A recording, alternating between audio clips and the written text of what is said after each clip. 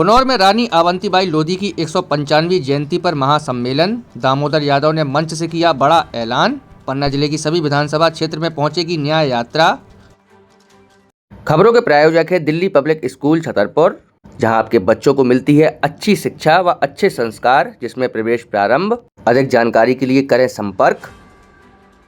वीरांगना रानी अवंतीबाई लोधी जी की 195वीं जन्म जयंती के उपलक्ष्य में गुनौर में बमचक पैलेस में भव्य महासम्मेलन का आयोजन किया गया। कार्यक्रम में बड़ी संख्या में समाज के लोग शामिल हुए। कार्यक्रम में मुख्य अतिथि के रूप में दामोदर यादव शामिल हुए, जिन्होंने मंच से अपने संबोधन के दौरान कई महत्वपूर्ण बातें कहीं। दामोदर यादव ने कहा है कि जल्द ही उनकी न्याय यात्रा शुरू होने जा रही है। उन्होंने कहा है कि इस यात्रा के दौरान वे पन्ना जिले में 2 दिन रुकेंगे और जिले की प्रत्येक विधानसभा तक पहुंचेंगे। उन्होंने कहा है कि यात्रा का उद्देश्य आमजन की आवाज़ को मजबूती से उठाना और लोगों के बीच जाकर उनकी समस्याओं को समझना है।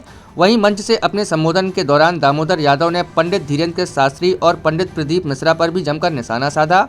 उनके बयानों को लेकर कार्यक्रम स्थल पर राजनीतिक और सामाजिक चर्चाओं का माहौल भी देखने को मिला। कार्यक्रम में वीरांगना रानी अवंतीबाई लोधी के त्याग, शौर्य और बलिदान को याद करते हुए उनके आदर्शों पर चलने का आह्वान किया। महासम्मेलन के दौरान समाज की एकजुटता और अधिकारों को लेकर भी वक्ताओं ने अपने विचार रखे। गुनौर के बमचक पैलेस में आयोजित इस महासम्मेलन में रानी अवंतीबाई लोधी की वीर गाथा के साथ साथ दामोदर यादव की प्रस्तावित न्याय यात्रा का ऐलान रहा।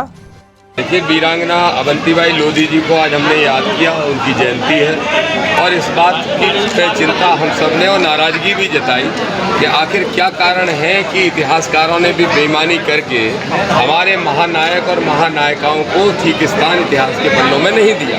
क्या कारण है आज हमें अपने बच्चों को बताना पड़ता है, क्यों उनके पाठ्यक्रम में हमारी महानायक नायिकाएँ नहीं आती। इन सारे मुद्दों को लेके अब हमारे ओबीसी SC ST के भाइयों में जागृति आ रही है और हमने सरकार से मांग की है कि प्रमोशन में रिजर्वेशन SC ST OBC सबको मिले, 27% आरक्षण पिछड़ा वर्ग को मिले, निजी संस्थान जो हैं उनके अंदर भी आरक्षण लागू हो और जातिगत जनगणना कराई जाए, राजनीतिक आरक्षण दिया जाए। इन सारे मुद्दों को लेके पूरे मध्य प्रदेश के अंदर एक आंदोलन की शुरुआत करने जा रहे हैं। आज मैं आदरणीय लोधी साहब के बुलावे पे, पटेल साहब के बुलावे पे यहाँ पहुँचा हूँ और निश्चित रूप से मिलके बहुत अच्छा लगा और ये संकल्प लिया है कि मध्य प्रदेश के अंदर अगर कुछ बड़ा करना है तो बुंदेलखंड को आडंबर पाखंड से मुक्त करा के संविधानवादी धरती बनानी पड़ेगी और उसमें पन्ना जिले का बड़ा रोल रहेगा।